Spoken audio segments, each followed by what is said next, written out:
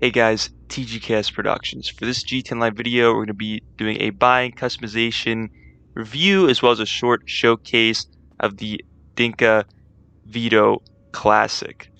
Now, this is the bonus vehicle that Rockstar was claiming that they would give to all players in GT Online if we completed the $100 billion heist challenge. You can buy it from Southern San Andreas Super Sports. It is free. The catch is it's only free until December 20th. Actually, I'm recording releasing this video, so if you don't purchase it by then, it is going to go up to a price of $895,000. Let's go ahead and read what the text says here for the Dinka Veto Classic. So we have here, take yourself back to the good old days of birthday party go-karting, the cigarette smog, the broken skins, the breaks for that luminous fruit drink that turned a bunch of kids blind. Wasn't that heaven? Well, now's your opportunity to relive the memories on the highway with no adult supervision. So there we go. Let's purchase this vehicle, do a little short pre-customization review, and then look at the customization after that. So before we get into customization, let's go ahead and take a look at the Dinka Veto Classic pre-customized look here. Now, as far as what this vehicle is based off of, clearly it's based off of a go-kart, though I'm not exactly sure what model it's based off of. I have a little bit of an idea of what it may be based off of, given its classic or classic being in the name, as well as some research that I've done. I'll briefly talk about that at the end of this video.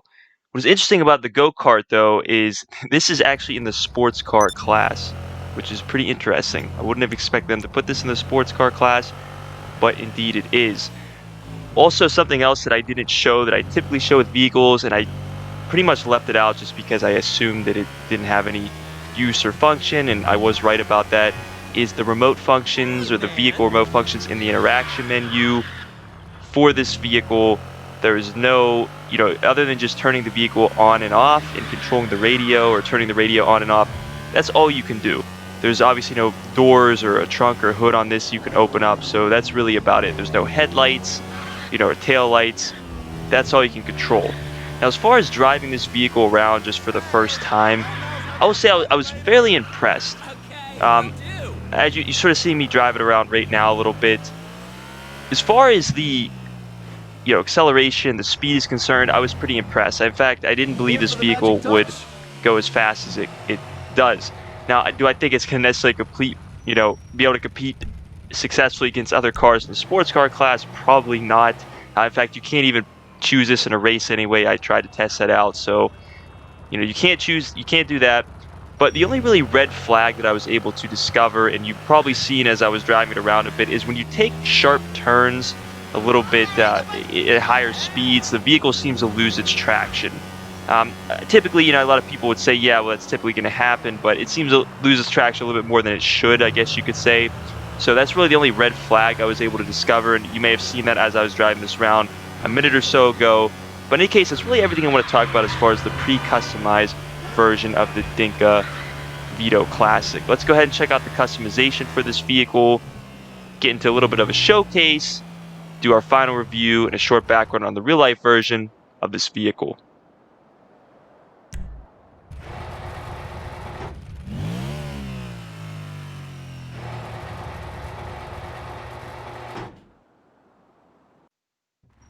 So now let's check out the customization for the Dinka Veto Classic. So I'll tell you this, I'm actually pretty surprised of the amount of customization options that you have for the Dinka Veto Classic. It's obviously not as much customization you have typically for vehicles in GT Online, but nonetheless, there are a handful of customization options for this vehicle, and I would have honestly been surprised if they added no customization to this, but indeed they did, and there are a handful of options.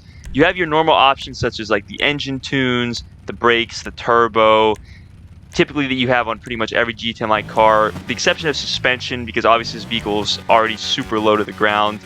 You also have a number of cosmetic changes or customization options you can make to this car, such as exhaust changes or pedal changes, steering wheel changes. You can even add a front shield to the car, as well as one or two other cosmetic customization options. There's also 12 unique liveries for this vehicle, which is pretty cool. Now, the livery, when I show you the livery, I was really only showing you the front of the car for the most part, just to keep sort of the time for the video a little bit shorter. But the livery will pop up sort of on the bottom frame of the vehicle, as you can see there, as well as on the back seat for some of them, and even the back frame of the vehicle where the engine is located. And if you add a front shield to your Dinka Veto Classic, you can also have the livery show up on the front shield. So that is really cool, and you'll sort of see that with my final product of my Dinka Veto Classic. But I thought that was really cool. Like I said, I didn't expect any customization options for this vehicle, so I am at least happy they did add a handful of them. The other thing that is noticeable with this vehicle is there's a primary color, secondary color, and a trim color. Now, the primary color is pretty much the majority of the vehicle. The secondary color, at least from what I noticed, seems to be if you are to have like secondary customization added to it, such as like secondary pedal colors or like secondary front shield, or even the motor in the back. So that's what controls the secondary color. And then the trim color seems to be the seat of the Dinka Veto Classic. So the trim color appears to be the seat of this vehicle. The other thing I noticed, and this is the last thing I'll mention, I'll let you guys check out the rest of the customization, is this vehicle comes stock with bulletproof tires, which is pretty interesting. There are no, obviously, tire options to this vehicle. There's no special tires you could add on. You can apparently change the, I guess, the rim of the tire if you use the iFruit app I've seen. So if you have the iFruit app, you can change the color of the rim of the tire, which is pretty cool. But that's really all with the customization here. Handful of options nonetheless. Again, I was quite surprised what they added, but I'll let you guys check out the rest of the customization. We'll move on with a short showcase of the Dinka Veto Classic, as well as a final review and a little bit of background on this real-life version of this vehicle.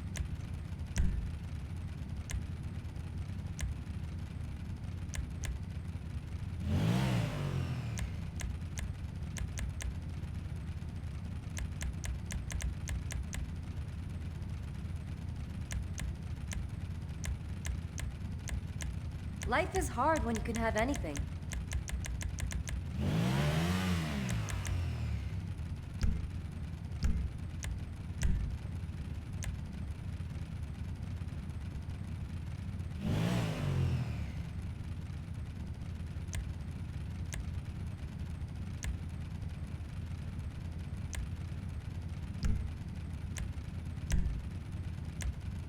The cops stop you? Don't tell them I installed them.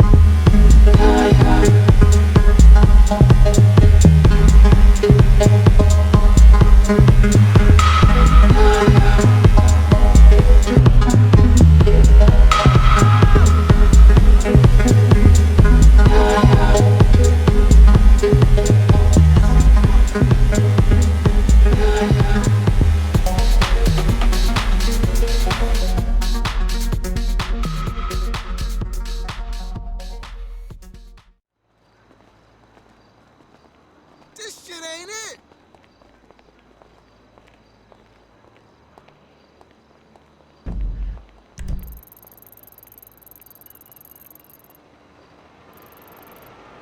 Fucking unbelievable!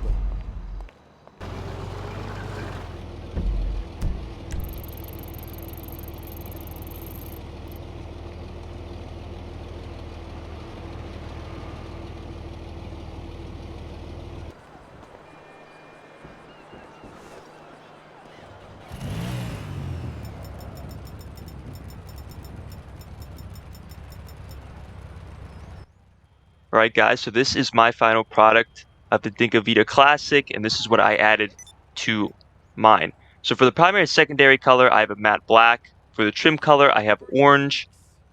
For extra cosmetic customization, I added a titanium mitred exhaust, secondary full shield, chrome heel grips, the Hotshot livery, dark chrome GT pedals, and Formula Professional.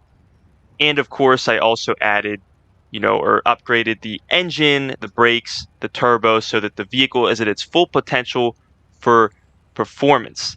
Now, doing this sort of final test drive here, obviously the speed, the acceleration, we should expect for the most part to have an increased performance, at least it should.